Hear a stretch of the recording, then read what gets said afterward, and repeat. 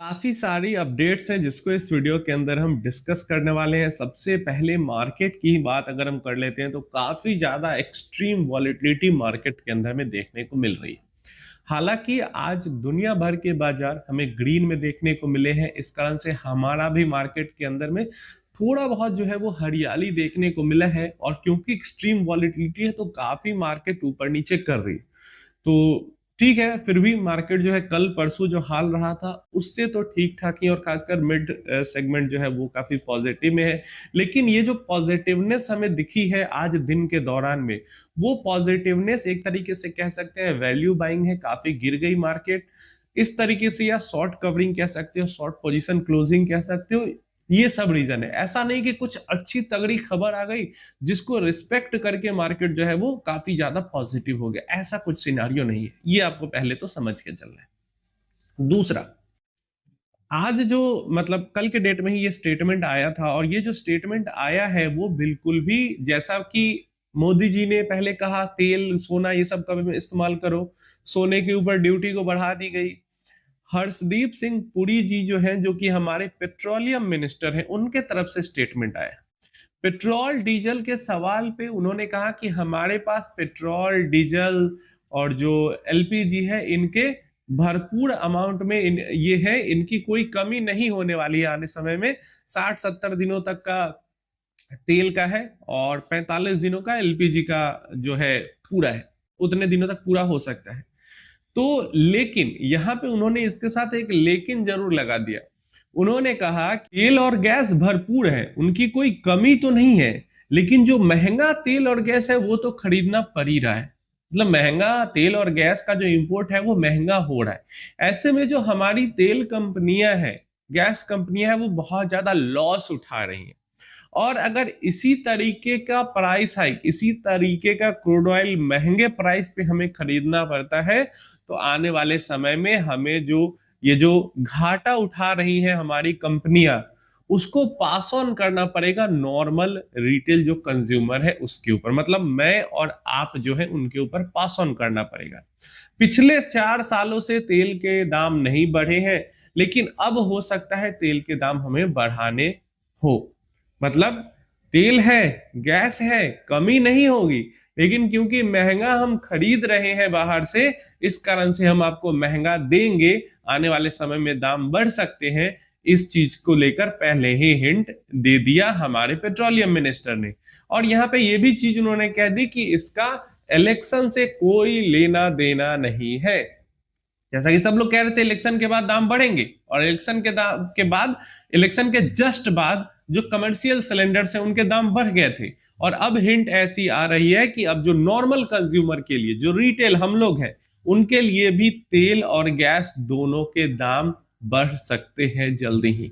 ये है सबसे बड़ी अपडेट।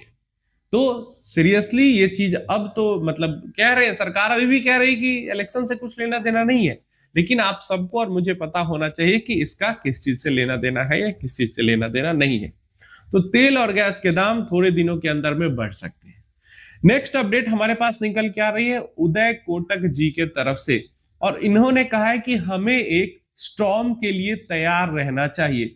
इकोनॉमिक स्टॉर्म कह लो इसको, या फाइनेंशियल स्टॉर्म कह लो, इसके लिए मतलब एक तूफान आ सकता है देश के अंदर में, जिसके लिए हमें तैयार रहना चाहिए। अब ये तूफान का रीजन वो भी यही बता रहे हैं कि जो वेस्ट एशिया में जो क्राइसिस चल रही है, जो ये मिडिल ईस्ट वॉर चल रही है, और ये जो तेल के दाम है वो लगातार बढ़े हुए हैं, तेल के दाम नीचे आने का नाम नहीं ले रहे हैं। और 80 to 90% जो तेल है हम बाहर से ही खरीदते हैं, और हमारा रुपया गिरता जा रहा है। तो एक तो दाम भी बढ़ा हुआ है, रुपया भी गिर रहा है, तो और हमें ये वो महंगा हमारे इकोनॉमी के ऊपर आ रहा है लोड। तो इस कारण से हो सकता है हम एक तूफान का सामना हमें करना पड़े। उन्होंने काफी सारी चीजें कही कि सरकार की तरफ से भी, कॉर्पोरेट की तरफ से भी फाइनेंशियल डिसिप्लिन का होना बहुत सारी चीजें उन्होंने बताई। लेकिन एक जो मेन हिंट उन्होंने दिया ये कि हमें एक स्टॉर्म के लिए, एक तूफान के लिए तैयार रहना चाहिए। अच्छा, यहाँ पे रुपी डेप्रिसिएशन को लेके सरकार भी बहुत ज्यादा इस चीज को लेके कि तेल खरीदना पड़ रहा है, सोना खरीदना पड़ रहा है, लेकिन कोई ये चीज मानने को तैयार नहीं है कि सरकार बहुत ज्यादा टैक्स वसूली कर रही है फॉरेन इन्वेस्टर्स से, जिस कारण से फॉरेन इन्वेस्टर्स भाग रहे हैं भारत छोड़ के, इसके कारण रुपये पे प्रेशर आ रहा है। ये चीज मानने के लिए कोई तैयार नहीं, इस चीज को लेकर कोई बातचीत भी नहीं हो रही, कोई न्यूज अपडेट भी नहीं हो रही। मतलब ये 1-1 लाख करोड़ जो बेचा जा रहा है एक एक महीने के अंदर में, इससे रुपये पे प्रेशर नहीं आ रही है। 1 लाख करोड़, 50,000 करोड़, 70,000 करोड़ जी मंथली सेलिंग होगी फॉरेन इन्वेस्टर्स की तरफ से, तो वो क्या कर रहे हैं, इंडिया के स्टॉक्स को बेच रहे हैं। वो बेचने के बाद उनको रुपये मिल रहा है, उस रुपये को बेचकर डॉलर खरीद कर वो वापस ले जा रहे हैं पैसा। इससे भी बहुत बड़ा लोड रुपये पे आ रहा है। और इसको तो सरकार ठीक भी कर सकती है, सरकार को बस अपना स्टैंड थोड़ा सा चेंज करना है और हाई टैक्स से टैक्स फ्रेंडली थोड़ा सा बनना है, और फॉरेन इन्वेस्टर्स के ऊपर टैक्स का बर्डन थोड़ा सा कम कर दे, या टैक्स चलो भाई देश हम लोगों से ले लो टैक्स, एफआईआई पर से भी टैक्स अगर हटा देते हैं तो एक बहुत बड़ा रिलीफ, रुपये को सपोर्ट मिल सकता है। लेकिन इस चीज को लेकर कोई बातचीत ही नहीं हो रही। क्या बातचीत हो रही है, आप तेल नहीं यूज करो, आप खाना तेल में नहीं बनाओ, आप सोना नहीं खरीदो, ये चीजें हो रही है। चलिए यहां तक बातें क्लियर है। इसके बाद एक और अपडेट माइकल बरी की तरफ से आ रही है, और उन्होंने एक बहुत बड़ा वार्निंग दिया है कि एआई एआई के कारण जो है, जैसे .com बबल बस्ट हुआ था, तो ऐसा फील हो रहा है हम AI.com बबल बस्ट के लास्ट मंथ में, ऐसा माइकल बरी ने कहा। एंड ये बहुत बड़ा स्टेटमेंट है। उनका कहना है एक तरीके से, मतलब उनके कहने का ये मतलब है कि एआई का जो ये बबल बन रहा है वो अब फूटने वाला है और हम उसके लास्ट फेज में है। तो अब ये डेफिनेटली ये अमेरिकन मार्केट्स के टर्म में वो कह रहे हैं, खासकर नैस्डैक 100 के टर्म में वो कह रहे हैं कि नैस्डैक 100 की कंपनीज जिस तरीके का पैसा डाल रही है एआई के अंदर, एआई इंफ्रा, एआई को डेवलप करने के अंदर, उस तरीके के प्रॉफिट रेवेन्यू कुछ नहीं आ रहे हैं, या फ्यूचर में आने की भी उम्मीद कम है। ऐसे में हो सकता है कि एआई को लेकर कुछ बबल फूटे और मार्केट के अंदर क्रैश हमें देखने को मिले। ऐसा ही कुछ हमें 1-2 हफ्ते पहले बैंक ऑफ इंग्लैंड के तरफ से भी स्टेटमेंट सुनने को मिला था कि जो ग्लोबल मार्केट है वो बहुत ज्यादा एआई को लेकर, ग्लोबल मार्केट बहुत ज्यादा रैली कर रही है, और हो सकता है आने वाले समय में हमें ग्लोबल मार्केट के अंदर करेक्शन देखने को मिले, क्रैश देखने को मिले। तो ये दो जो चीजें हैं वो ग्लोबल मार्केट को लेके, इवन अमेरिकन मार्केट्स को लेके ज्यादा बातें कर रही हैं।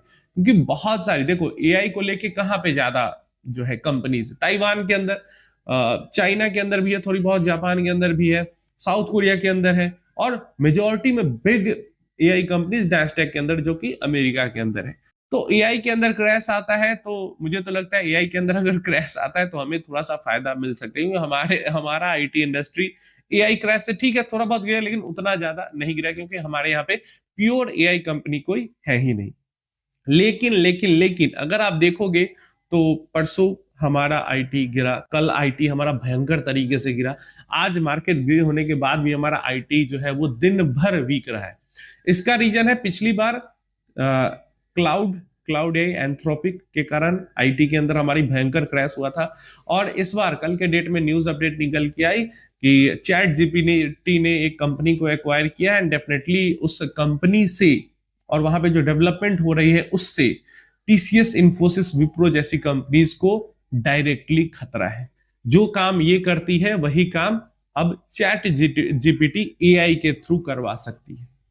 तो इसके कारण भयंकर तरीके से आईटी इंडस्ट्री जो है 2-3 दिनों से सारी कंपनीज, कल के डेट में आप देखोगे तो 10 की 10 सारी जो आईटी इंडेक्स के अंदर हमारी कंपनीज है वो गिरी पड़ी थी।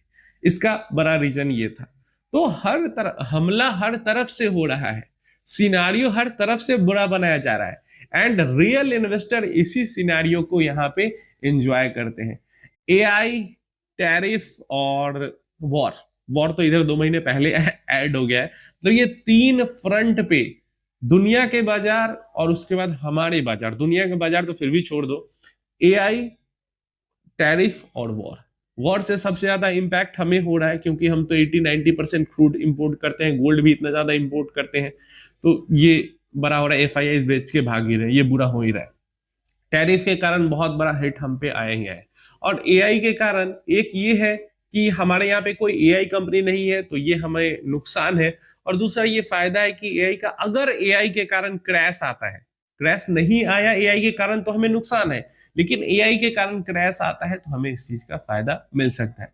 तो देखिए, अगर आपका इन्वेस्टमेंट नैस्डैक 100 के अंदर है, मतलब अगर हमारा इन्वेस्टमेंट नैस्डैक 100 के अंदर है, तो हमें इससे डरना नहीं चाहिए। और इसीलिए तो हमने एलोकेशन एक्सपोजर जो नैस्डैक 100 के अंदर है उसको लिमिटेड रखा है कि अगर क्रैश आ भी जाता है तो हमें उससे बहुत ज्यादा नुकसान नहीं होगा, और क्योंकि हमारे पास समय भी अभी है, प्लस अगर क्रैश नहीं आता है तो हमें बहुत ज्यादा फायदा हो सकता है अपने नैस्डैक के इन्वेस्टमेंट पे। तो हमें हमेशा एसेट एलोकेशन अपना ऐसे ही रखना चाहिए ताकि ये शॉर्ट टर्म की जो परेशानियां, ये जो दुख दर्द हो रहा है, उससे हमारा पोर्टफोलियो को लेकर हमें परेशानी ना हो। एसेट एलोकेशन हमेशा ऐसा ही हमारा होना चाहिए। आगे आप अपनी राय इन सारी चीजों के बारे में नीचे कमेंट बॉक्स में जरूर देना। क्या आप सोचते हो, क्या आपको लगता है क्या सारी चीजें हो सकती है? वीडियो अच्छी लगी, इंफॉर्मेटिव लगी तो लाइक कर देना और हाइप कर देना वीडियो को। चैनल को सब्सक्राइब जरूर से जरूर कर देना।